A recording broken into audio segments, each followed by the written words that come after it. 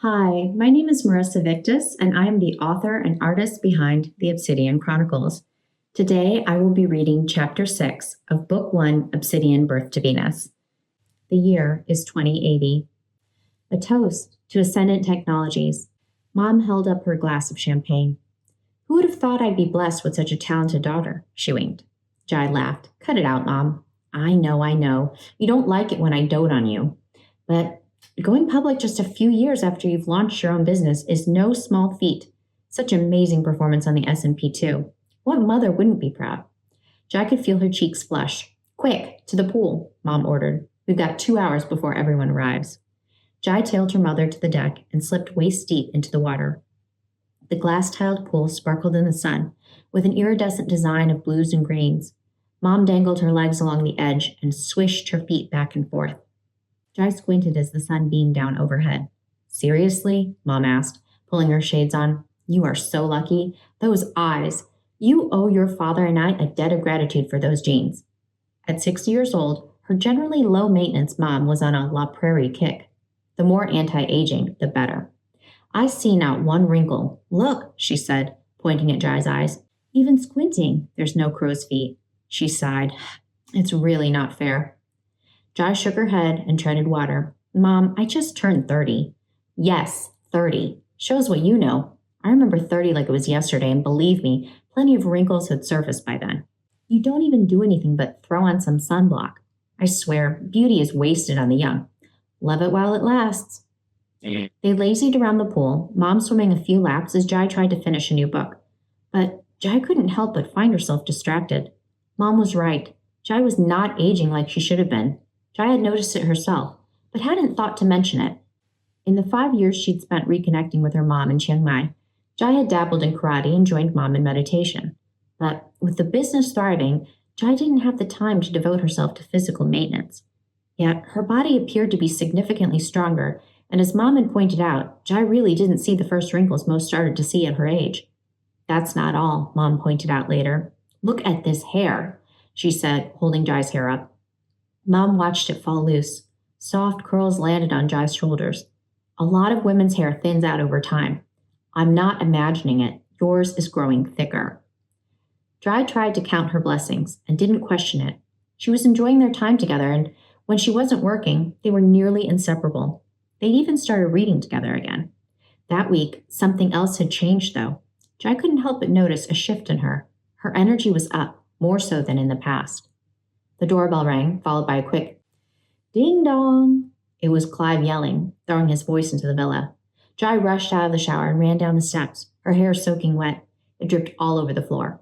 Stop that, Clive. Have some manners. Ada chastised him, knowing full well nothing could stop her husband from containing his enthusiasm. Coming, just a sec, Jai yelled. She straightened her shirt and barreled down the walkway to the entrance. Spinning around the corner, she jumped the neighborhood cat, who'd taken to sunbathing on the deck. Ada heard it first. Shit, Jai screamed. The cat scurried out as Clive and Ada came running. They found Jai piled on the floor. Jai looked up at them, apologetically. Sorry, Jai said. We're running late. We took a dip in the pool and should have gotten out earlier. Ada grabbed hold of Jai's foot and said, The apology is ours. Just look at your foot. Ew. Clive held Jai's foot up, then wiggled the pinky finger on his right hand, miming how Jai's pinky toe had broken outward, far from where it should have been. Ada elbowed Clive. See, I've told you time and again, don't rush people. Apologize. Clive nodded. Yes, dear. Clive's face darkened as he returned his gaze to Jai. Seriously, I'm sorry. Truly, I am. Not at all. Don't be sorry, guys. Jai waved her hand at them. It's not Clive's fault. It's my fault. I shouldn't have been running. I forgot the cat loves this spot and found myself barreling down on the poor thing. I jumped over him. Graceful as I am, I slammed my toe into the corner of the wall. I swear I heard it crack. Ada grimaced. Well, there's nothing like a good bone breaking to get the evening started. Let's splint that up. Jai took Ada's welcoming hand. Pays to have a doctor for a friend, Jai said, limping as she hopped from guest to guest. The villa was packed to capacity, likely the biggest party they'd thrown that year. Morning came too soon. Jai, how are you feeling? Mom joined her in the kitchen, pouring herself a glass of orange juice, and stroked Jai's back. Good. Jai didn't know how to tell her. Let me have a look-see. Mom donned her reading glasses and came in for closer inspection. She looked up, puzzled. Where's your splint? I took it off. What? Why'd you do that? Mom looked at her admonishingly. I know you love to go, but seriously, Jai, you broke it. It needs to heal. Actually, it doesn't. What are you talking about? I saw you hobbling. Jai began to stand, but Mom pushed her back in her chair. Sit tight, she ordered, and elevated Jai's foot. She placed her hands on the toe. She touched it delicately, searching Jai's face for a reaction. Jai shot her a blank stare. What's going on here? Mom applied greater pressure. Do I have the wrong foot? She looked under the counter for Jai's left leg. Nope, you've got it right. Hold up. That doesn't make any sense. I saw it myself. Ada splinted it last night. Toes do not face that way.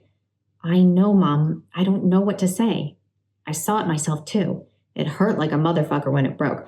I don't know how to explain it. I know I broke it. I wasn't even able to walk normally last night. But I woke up this morning and the bone's healed. I can't feel the break anymore. It doesn't even hurt. Like it never happened. That wasn't the first time. Small things happened again and again. A particularly nasty cut that healed in a few hours. Being able to hear, see, even sense animals rustling in the leaves when they took the horses out. Their time at archery practice when she'd hit a target 600 meters away. Things she shouldn't have been able to do. But the biggest change wasn't physical. My mind is all over the place, Jai confessed over morning meditation. Oh? Mom pulled her sitting cushions to the center of the room. My mind won't stop racing. I mean, I love living here, but work's stressing me out. With the new aerodynamics division, I have to smooth some things out overseas. That's normal business, but it doesn't bode well for work-life balance. I want to have fun, enjoy our blessings and all, but when I meditate, my mind wanders. A lot. I've got to be doing something wrong. It's starting to stress me out more than chill me out. Makes you feel like giving up? Honestly, yes. It's to a point I don't even want to start. I'm so stressed I'm going to mess up. Only a minute in, and I'm planning one meeting after another. I try to shift back to my breath, to what we're actually doing, but my mind keeps moving. It's like a water wheel that won't stop spinning. Your reptilian brain just keeps running with it, Mom joked. Mom's meditation practice was far more advanced than Jai's, having trained for many years before Jai had even tried it. It's normal, Mom assured her. Many people struggle with it. You'll be completely present, focused on your own breathing, when this or that subject will pop into your mind, seemingly out of nowhere. It happens to me too. Jai looked at her mom with a skeptical look on her face. Mom smiled. Trick is, don't fight it. Acknowledge it and move on. Just gently refocus on your breathing. The more you do that, the easier it will become, the less your mind will wander. Mom paused. And try not to fault yourself for messing up. Mom knew Jai well. That's a double blow no one needs, she said. Why don't we try now? Let's see what happens. Jai closed her eyes and began to breathe a slow and steady breath. She could feel the air pass through her nostrils as her chest rose and fell. She swallowed and began a body scan. First, she bowed her head ever so slightly, then relaxed the tension around her eyes. She felt her eyelashes flutter as she blinked against her cheeks. The pressure in her shoulders loosened as she dropped her shoulders. She relaxed her jaw and let it fall, her tongue pressed lightly against her lower teeth. With each passing breath, her attention focused, becoming more attuned to her body. Just as she began to unwind, a thought popped into her head. She needed to acquire a test site. They were developing prototypes for personal submarines. An Arizona location seemed promising, but she needed her team to arrange an on-site visit to confirm if it met all the specs to build the testing facility before she acquired it. Can I trust my right-hand Caleb to do it alone? Or should I do it personally? The perfect location was critical. Proper testing was necessary to make the project a success. She started to compare the pros and cons of the potential sites. She was excited to start the next phase. Minutes passed before she noticed her breath quickening. There I go again, she thought. Why do I always have to think about work? I'm supposed to be focusing on my breath. But the more Jai tried, the more her thoughts wandered. She blamed her workaholic ways, her type A personality. Recenter, refocus. Recenter, refocus. She repeated it like a mantra, trying to circle back. Before she knew it, she was comparing what had distracted her this time to what had distracted her the last time, and the session before that, and the session before that. Soon, her mind was wandering more than it was focused. By the time Mom ended the session and readied her tea for a post-training recap, Jai was exhausted. Tension had filled her neck and shoulders. As Mom placed a tray of snacks on the table, Jai marveled at her mother's relaxed and graceful movements. Mom was unequivocally rejuvenated and handed Jai a cup. One look at Jai and she chuckled.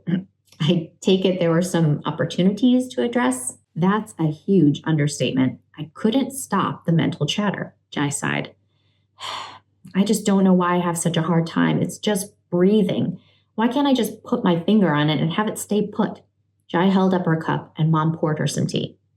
As gracious as ever, Mom admitted, You sound just like me when I first started meditating, a decade ago? I just lost your brother, and your father followed a short time later. Try shutting that out. It took years before I was able to silence my thoughts.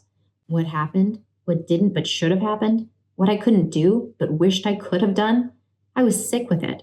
Every waking moment, I was paralyzed with those thoughts, and when I meditated, whatever I tried to silence was amplified 100-fold.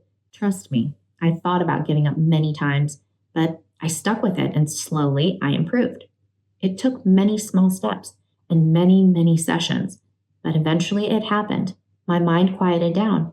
I started to have regular, uninterrupted sleep for the first time in years. Mom tapped a finger to her temple. It's a strange thing, the mind. It wanders of its own volition. Sometimes the more you try to hold on to it, the more it goes against you. Did you try to let your thoughts be, then return to your breath? I find that when I take a second to label the thought, to just give it a name, I can gently refocus on the breath and start with a clean slate. You rule your mind, after all. Your mind doesn't rule you. No matter what, remember that. You aren't your thoughts. You're the observer, the one who sees your thoughts as they arise. You can just as easily say, thanks, but no thanks, and move on your merry way. Jai coughed, exasperated. You make it sound so easy, Mom. I've tried, but before I know it, my mind's wandering again. I feel increasingly uneasy the more it happens. You were thinking about work again? Mom asked. Jai looked up mid-gulp. Her eyebrows peeked out over her cup. She nodded. Mom confessed. Again, you're not alone. My thoughts stray too. Even today, I found my mind wandering. I saw submarines of all things, in a desert. Certainly not where you would expect to see them. Isn't that funny? Mom laughed at the ridiculousness of it. I refocused, then saw another arid place. Looked like Nevada for some reason. Then Caleb. It's been over a year since I've even seen or talked to Caleb. See how strange the mind is? And I've been practicing 10 times longer than you have. So weird, too. My mind hasn't wandered that strangely in years. I guess no matter how much you train, anyone's mind can wander. Jai appreciated her mother's lighthearted attitude.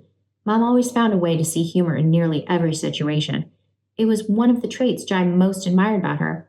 She wished she had the same resilience, but she was more like her father, more often stoic and reserved, especially when it came to the business side of things. Her business consumed most of her thoughts. Then again, Mom's remarks were more than odd. What do you mean, submarines? Jai hadn't told her mom about the subs. She'd mentioned a new project was in the works, but she hadn't said what. Even within the company, Jai had kept it a high-clearance project. Only a handful of developers knew about it.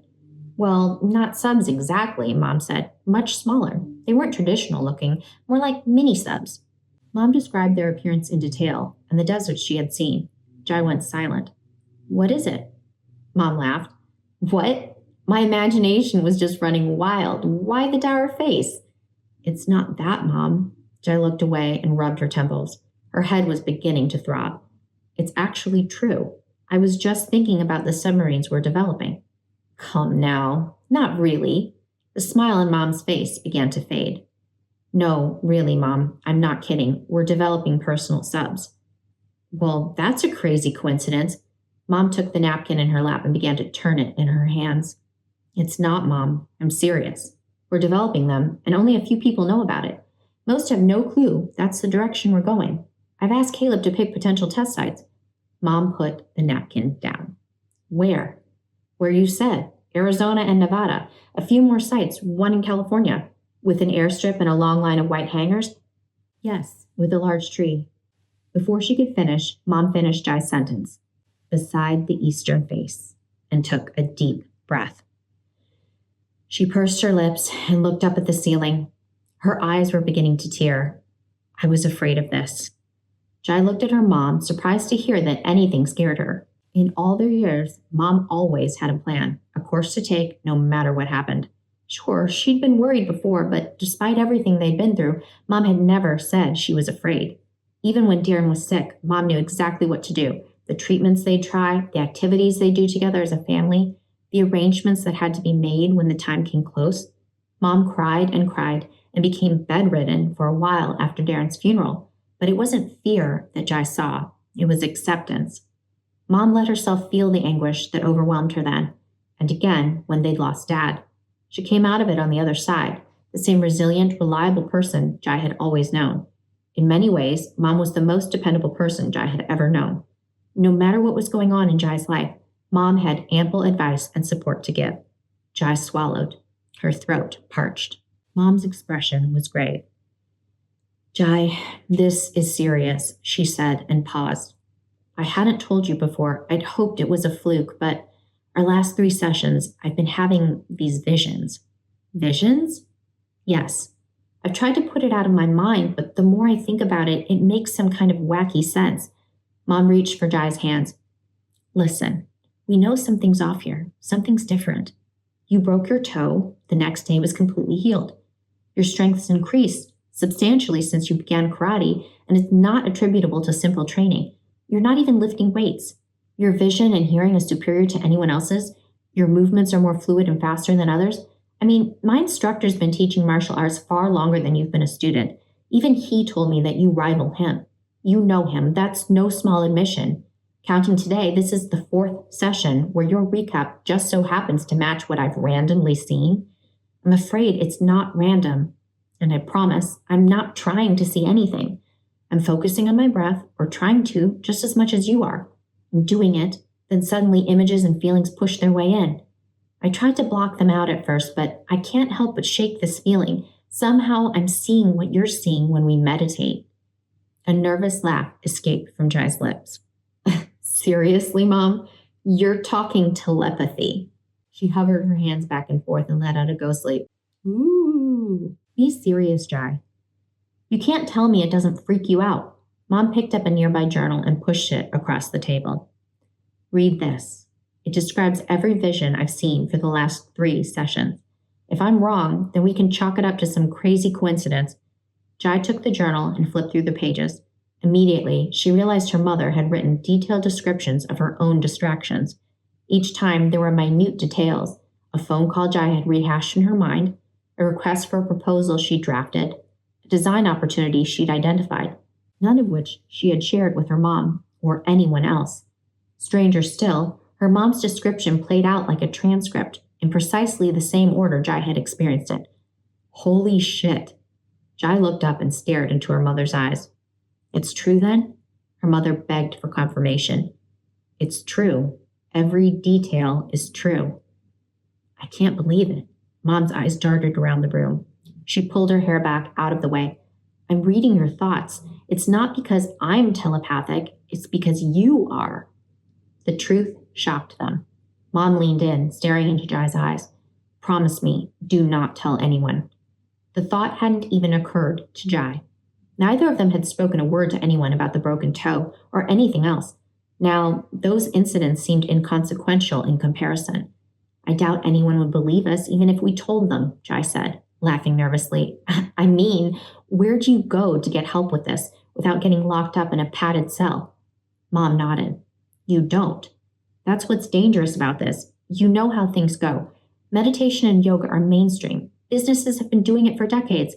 All the better to boost productivity, enhance morale for the everyday workforce. It's been ages since the Mass General Harvard study proved it only takes 8 weeks. 8 weeks to make quantifiable changes to your brain. But that's not this. This is next level. And you know how people are. Most people scorn anyone with anything hokey-pokey about them. This is the epitome of hokey-pokey." "Telepathy?" Jai said the word and shook her head, as if doing so would knock the idea loose. "That's insane, Mom. Enter the realm of fortune tellers, healing crystals, and whatnot." "I hope you're wrong." Mom's certainty made Jai even more nervous. Mom furrowed her brow. "It's not like we went to the doctor's office and have a read on what's really going on here. This is uncharted territory. You've got to play it safe. Promise me, she said again. Don't tell anyone. I won't, Jai promised. Mom took a deep breath and put the journal away. And that concludes Chapter 6 of Obsidian, Birth to Venus. Please join us next time when we read Chapter 7. If you like this video, please hit like and subscribe to my YouTube channel, and sign up for my free Substack newsletter, Victus, Synergy of Science and Self, where you can read Book 1, Obsidian, Birth to Venus, and also read uplifting and inspiring posts focused on improving your mindset with the power of neuroscience. Until next time, friends, have a great day.